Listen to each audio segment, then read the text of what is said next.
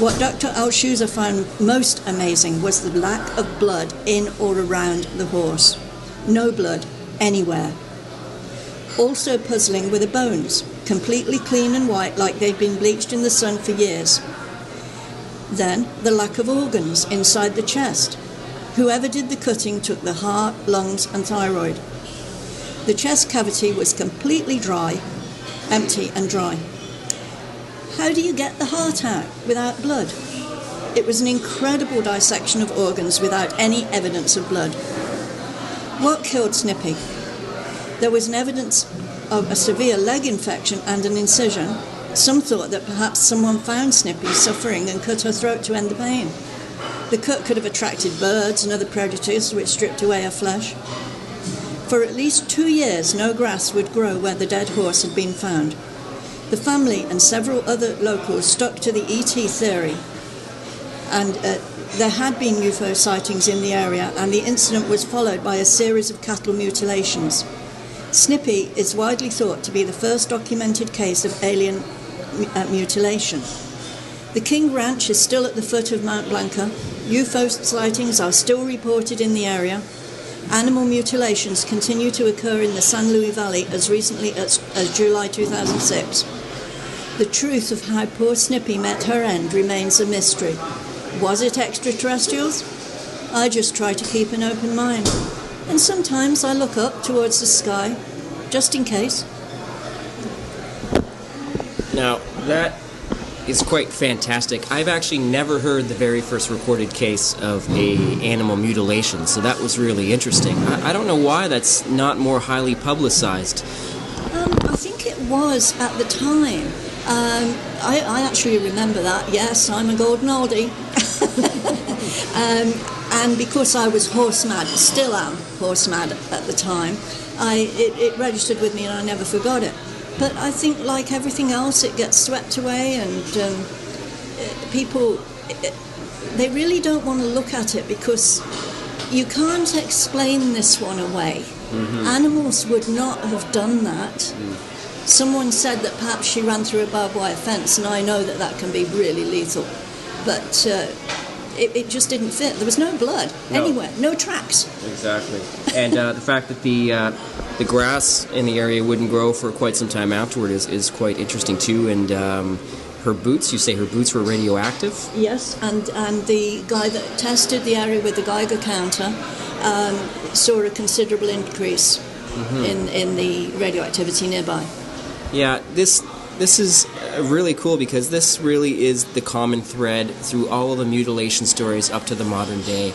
The lack of blood, the precision-like incisions with laser-like qualities of cauterizing the flesh upon contact, the removal of organs, and more specifically in recent times, sex organs, and having the carcass left for the farmer to discover. It's a really common thread. I mentioned Linda Moulton Howe to you before we came into the interview because she is probably one of the foremost leading experts on the cattle mutilation phenomena. She is a Emmy Award-winning journalist of earthfiles.com, and I wonder, I've heard all of her programs, I think, for the most part up to this point, and I've seen several documentaries and segments on cattle mutilation and animal mutilations. Yes. And I've never heard this very first story, and I'm just curious why that never happened. It's really interesting. I'm glad that you had a chance to relay that to me because I know there's a lot of other people out there, yes. In their 30s or even younger, or even maybe a little bit older than that have never heard this story. So I really appreciate that.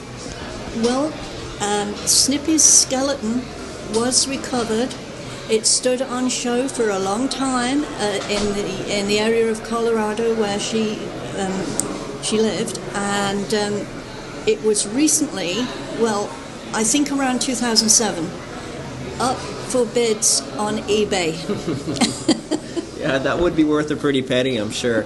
It's another interesting note that this happened in Colorado, because it seems like this specific geographic location is where most mutilations take place, from the past up to the modern time and into the south, that whole belt, that whole area. Yes. Now, there are a lot of people that think that these mutilations are a byproduct of extensive R&D military. And I know at that time in 1967 we didn't have a lot of the technology that could have done this sort of procedure, this medical procedure. But of course, what we know is that in the white-collar world, all of our technology that comes out is generally 2 decades behind of what's going on in commercial our research and development. But in the military, we could be anywhere between 2 and 5 decades ahead. Yes. So it's very possible that this was a government-funded or documented research and development program. That's a theory by a lot of people. However,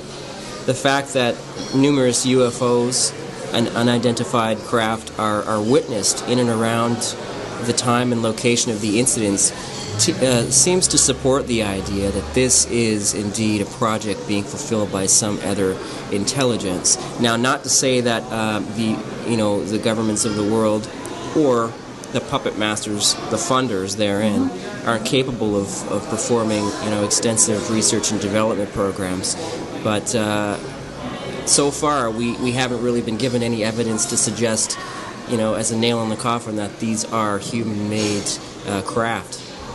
No, that's very true. And it just seems, I don't know, maybe I'm a softie, but it seems out of character to me that humans would do that to a horse.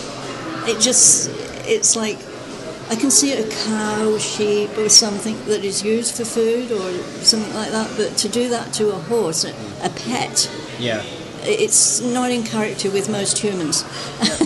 It's true, although we do that to humans and have, which is really, really mind-boggling. But anyway, it does happen. Sylvia, what aside from the story of what's happening here, how has your summer been anyway? My summer has been great. Very, very busy. A lot of people said, well, you've got a very full life, and I say, no, I have a very full computer.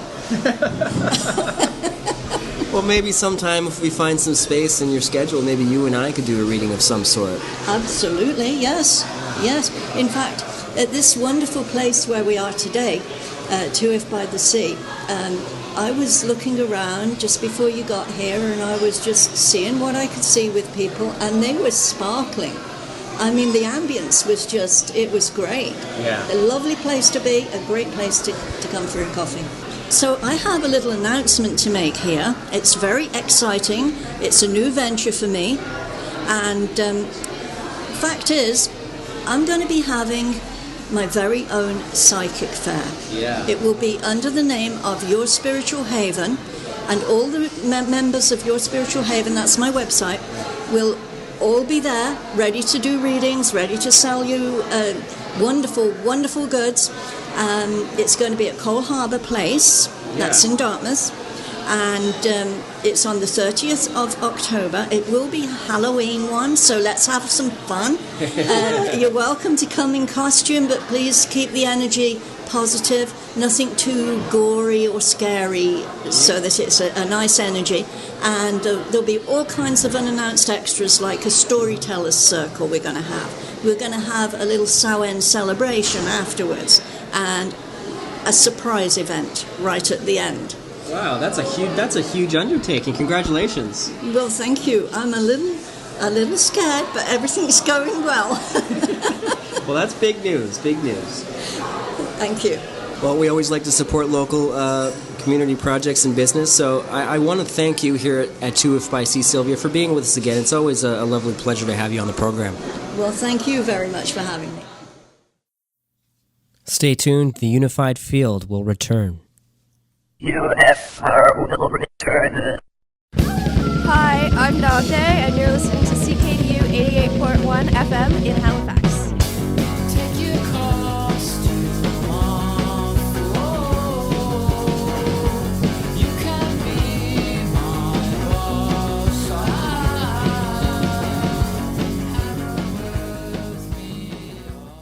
I'm David Suzuki. Poll after poll shows the same thing. The environment and global warming are Canadians' #1 concern. But a lot of politicians behave as though they don't know that, or as though it doesn't matter. You have to tell your elected representatives at every level of government the environment matters to you and how you vote. They'll hear that. The future is in your hands. Get involved. Make yourself heard. Find out how at davidsuzuki.org.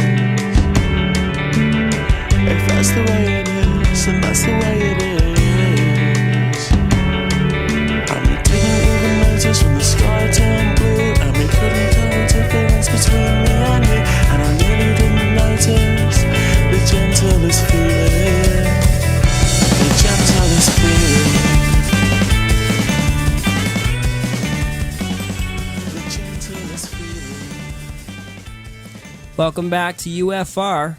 I'm Justin Brown, and that was Block Party with Blue Light off of the Silent Alarm record. That's good stuff. We are actually over our limit for the time that we're allotted here at CKDU, but shh, don't tell anyone it's late night. We won't let it happen again. Okay, so let's get on with the Exopolitical Pulse. We'll make it quick and snappy. We'll read that letter from Michael, who sent his story to unifiedfieldradio@gmail.com, and then we'll fill the rest of the night waves with some interesting overnight CKDU material here in beautiful and coastal Halifax, Nova Scotia. And it's a beautiful time of the year, is it not? Fall. Sweater weather is fantastic. Now, I am not the biggest fall person. I am a summer guy. I could sleep on a hot rock in Nevada and watch the spaceships all night long, every day, for 6 months of the year, easy. But there's something mystical and magical about fall, about putting on a sweater and lighting a fire in your fireplace.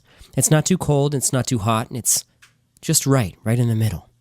I love it. And you, if you're out there in the world listening to this program, you got to come to Halifax. It's so gorgeous and beautiful on the eastern seaboard, where all the folks are fantastic.